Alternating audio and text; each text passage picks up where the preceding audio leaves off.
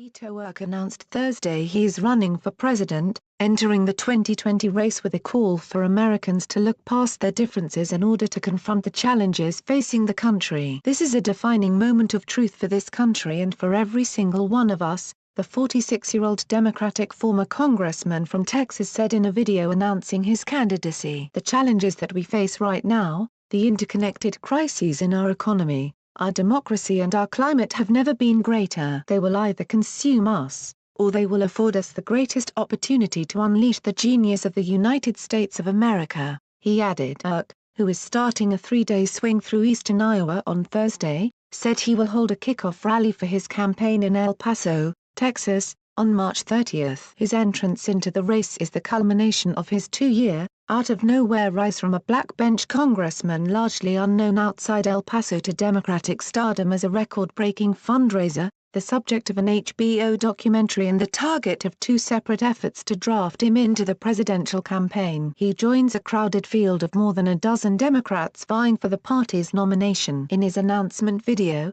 O'Rourke said he would run a positive campaign that seeks to bring out the very best from every single one of us, that seeks to unite a very divided country. "We saw the power of this in Texas, where people allowed no difference, however great or however small, to stand between them and divide us," O'Rourke said. O'Rourke last year lost that race in Texas, a bid to oust Republican Sen. Ted Cruz. Still, the Senate race thrust O'Rourke, who served 3 terms in the House, into the national spotlight. He shattered fundraising records, ending with an $80 million haul, and finished less than 3 percentage points behind Cruz, much closer than other Democrats had come in recent years against Republicans in a state that's long been a GOP stronghold. But a presidential bid will be a much different test for O'Rourke, who will face serious pressure from the left for the first time in his political career. In an interview with CNN on Wednesday, O'Rourke said the 2020 campaign has got to be about the big things that we hope to achieve and enact and do for one another. He said that the most pressing,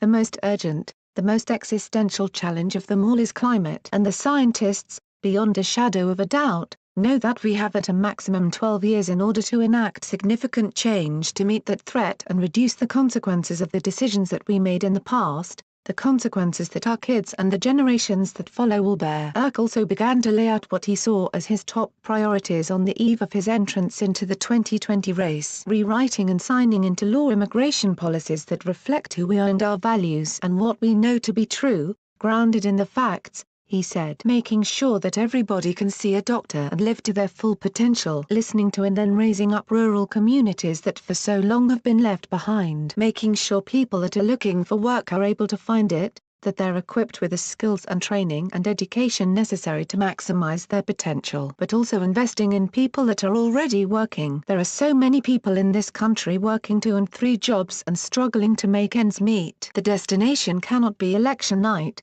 November 2020. The destination really has to be the realization of everything this country is capable of doing," O'Rourke said. In his Senate race against Cruz, O'Rourke often blurred their policy differences on issues like trade by saying the two agreed. And while O'Rourke took a series of progressive positions, he argued for criminal justice revisions and marijuana legalization, backed Medicare for all, and said he would support President Donald Trump's impeachment. The race was primarily a clash of personalities. While O'Rourke will have to prove his policy bona fides, his strengths, he's a tireless campaigner who won over younger voters, will serve as a test of whether the Democratic base and its legions of young voters are more interested in inspirational figures or candidates whose ideology matches theirs. O'Rourke's entrance into the presidential race is the culmination of calls for him to explore a bid for national office that began after his closer-than-expected finish in the 2018 Senate campaign. Throughout that race, O'Rourke had insisted he would not run for president,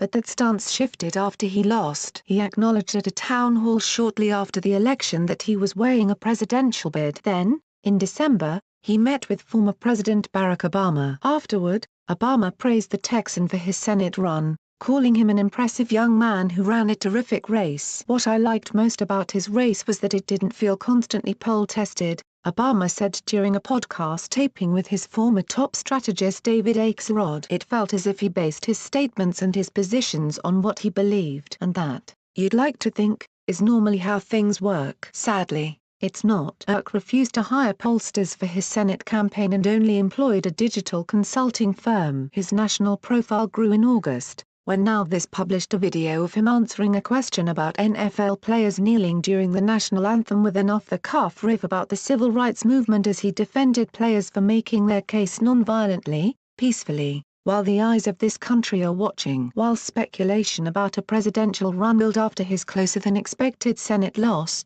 some of it has died down in recent months.